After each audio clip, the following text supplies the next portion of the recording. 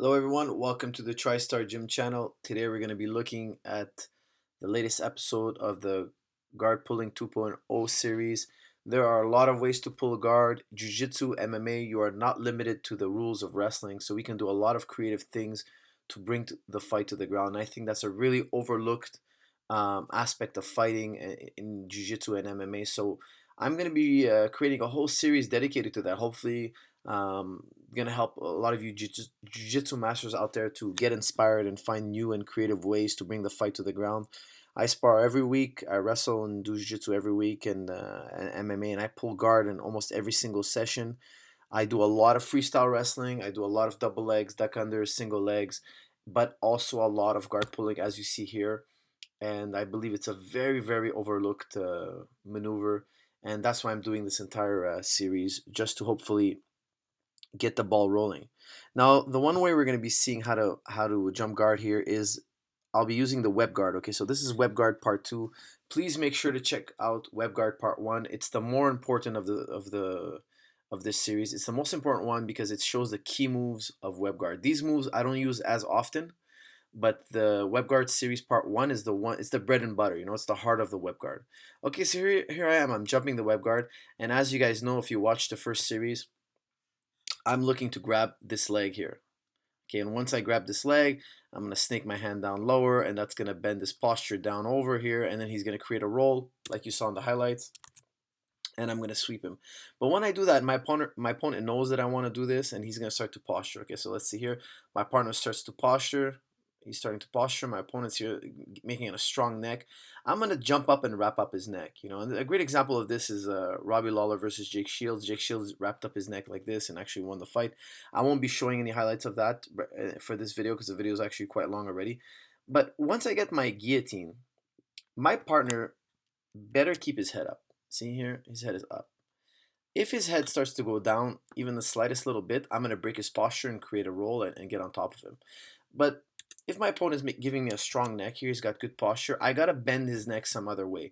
If you notice here, my body weight is all on his hips. So there's no real weight on his neck right now. He could stay here for a long time, start peeling off my hands, and possibly even throw me if I give him the chance. Okay, so I'm not going to do that. I'm going to take my weight off his hips. Watch how I'm going to do this. And I have no fear of getting slammed. Watch this technique here. I start to put my foot, weave it through. That takes my weight off his hips, which bends his neck. And now I'm just going to go for a simple sumigeshi. Sweep him or take him down any which way you like. Here's a nice little setup. I jump my web guard.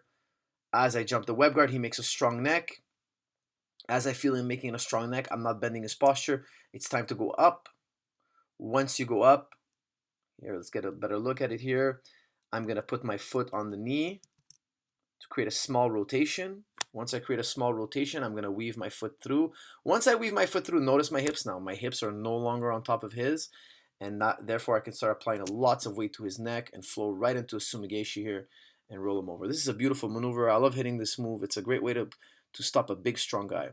Now here's the next follow-up. Sometimes when I jump web guard, the arm around his head, the one locking his head, gets pulled off. So watch here. I'm going to jump web guard, and this arm right here, he starts to defend against it. He starts trying to peel it off his head. So as he starts to peel it off his head and I feel that I'm losing my grip, notice this arm right here. That's the arm we're talking about. We said it's really important here. I'm hooking his leg and I'm going to start working my way down lower and lower to bend his posture.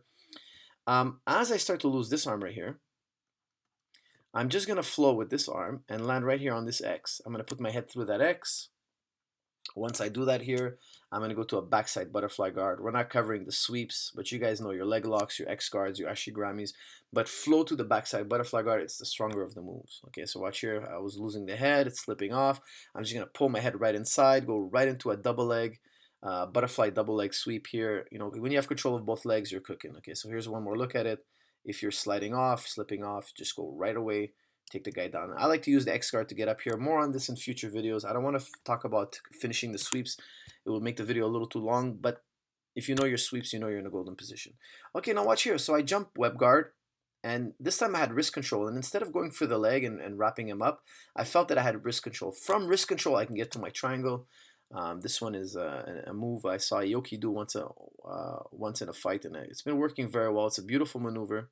I still prefer full web guard, rolling the guy straight to a spider web, like I did in web guard part 1, but this is a second option that I also like and I find myself doing. Just jump up, weave the hand, see, control that wrist, weave your foot across. You know, you see there's my foot going across. And once you have the foot across, you got this guy trapped. You can relax. You can get off the guard here. You could just hook his head. Just when you hook the head, make sure you see what I'm going to do when I'm hooking his head here. Watch this. I'm going to hook the upper part of his head. So around the jawline, above the jawline, around the cheekbone. Wrap it up. And now when you drop the guard, you can have a lot of leverage. It doesn't matter how strong he is. His neck is going to bend and he's going to go right into a triangle. This is Aoki doing it. If you guys haven't seen Aoki, if you're not familiar with this jiu-jitsu practitioner here, he's a phenomenal practitioner and he cripples his opponents. I mean, his submissions are incredible. He's extremely creative and he's an excellent, excellent guard puller. I find myself watching him a lot, studying him a lot. And here in this video, I'm not going to play the whole fight, but he just basically tortures this kid. He pulls a guard, wraps him up, and he just tortures this kid for a prolonged period of time and eventually subs him. And if you get the chance to watch Aoki, watch how he brings the fights to the ground. He's very remarkable.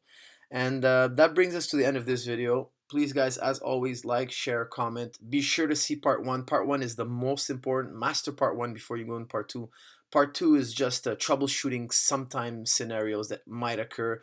But usually what you're seeing in front of your eyes is how I bring the fight to the ground. This works 9 times out of 10. And it's what you should focus all your energy and time on if you want to add guard pulling to your arsenal.